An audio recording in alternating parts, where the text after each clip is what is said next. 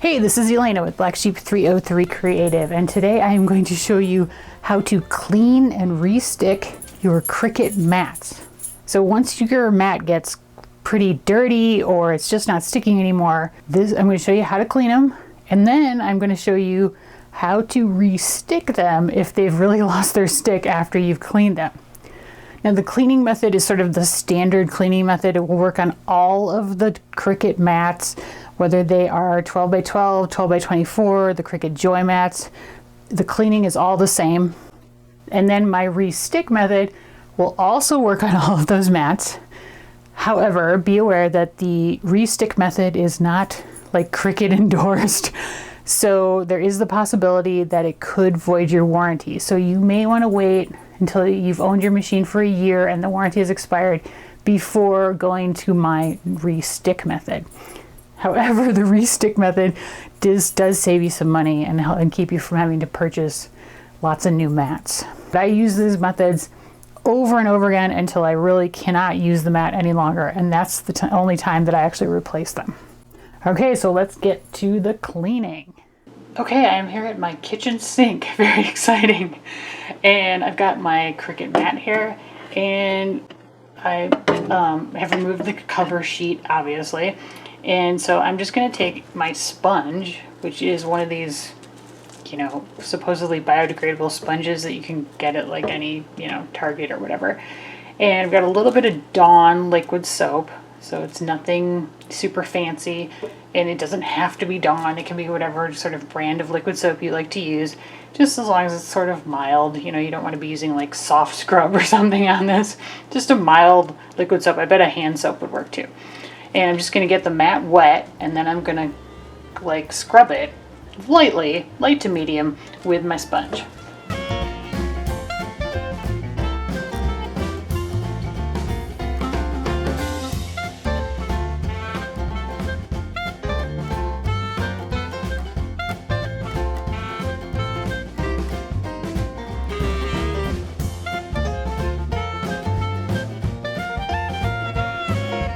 And once you got it rinsed off, all you got to do is just let it air dry. So I'm going to set this on the counter and let it dry.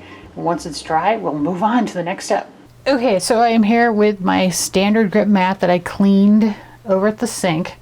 Now, it's not very sticky after I cleaned it.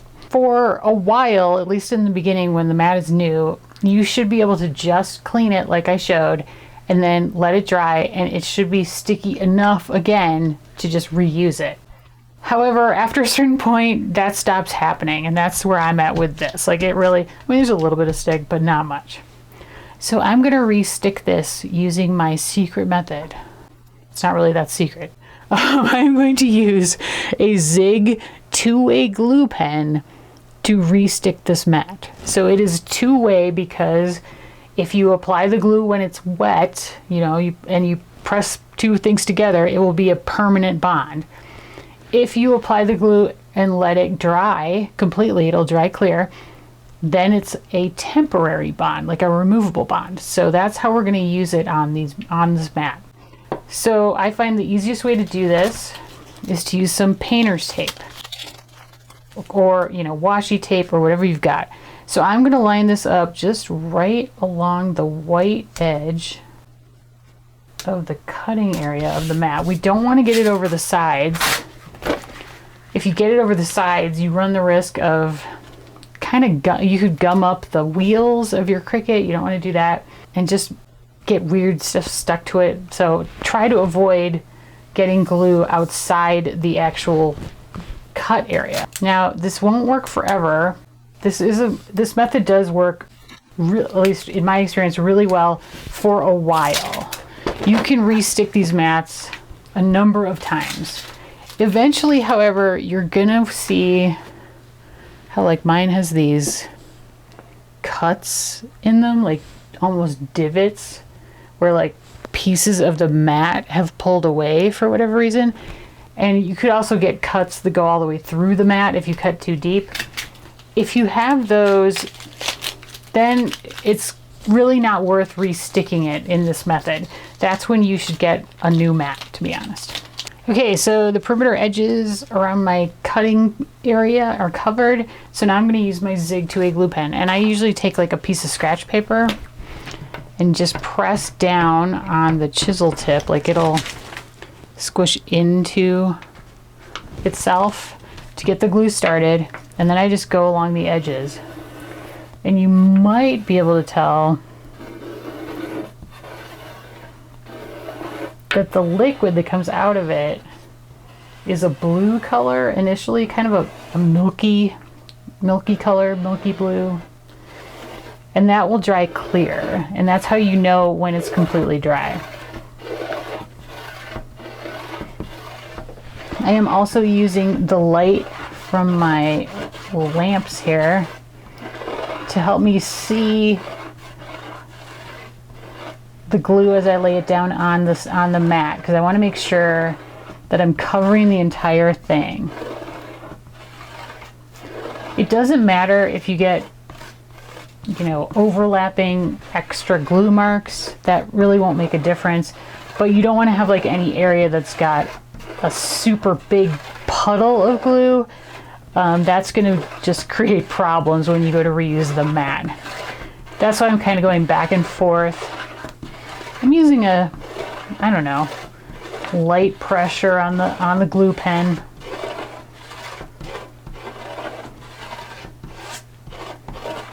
And then I'm going to go around the edges one more time.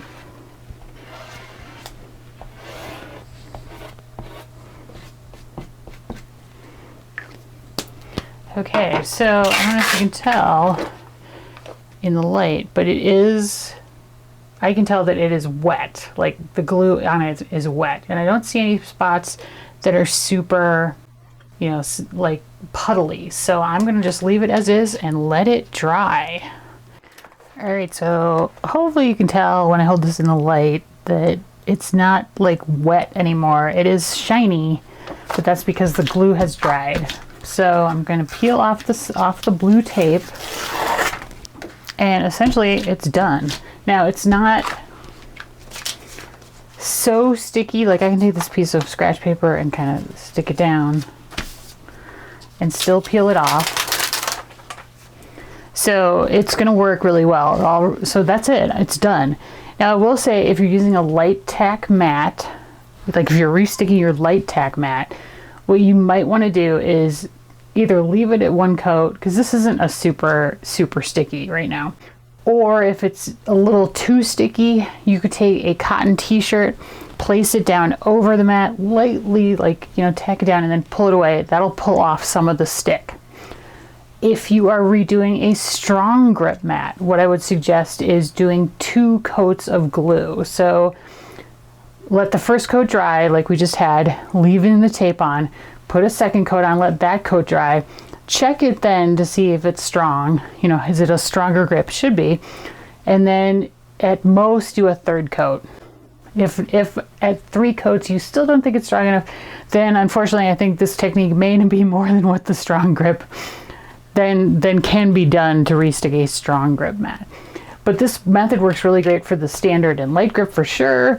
And then I can reuse this mat multiple times. Now be aware, however, that after I do this, the mat, the dust cover sheet, it doesn't stick as well as it did with the original Cricut adhesive. So it's going to feel like it's not sticking, but it sticks well enough on there to protect it, but it's not going to be like a super strong, like where you have to really peel this off.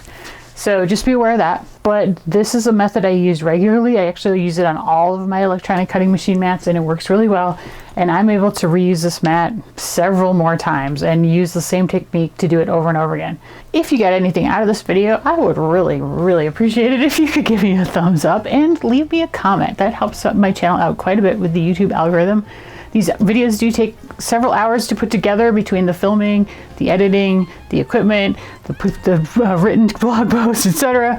So I'd really appreciate that. And if you enjoy these tutorials and are interested, I would love it if you would consider subscribing to my channel. Thank you so much. Have an amazing day.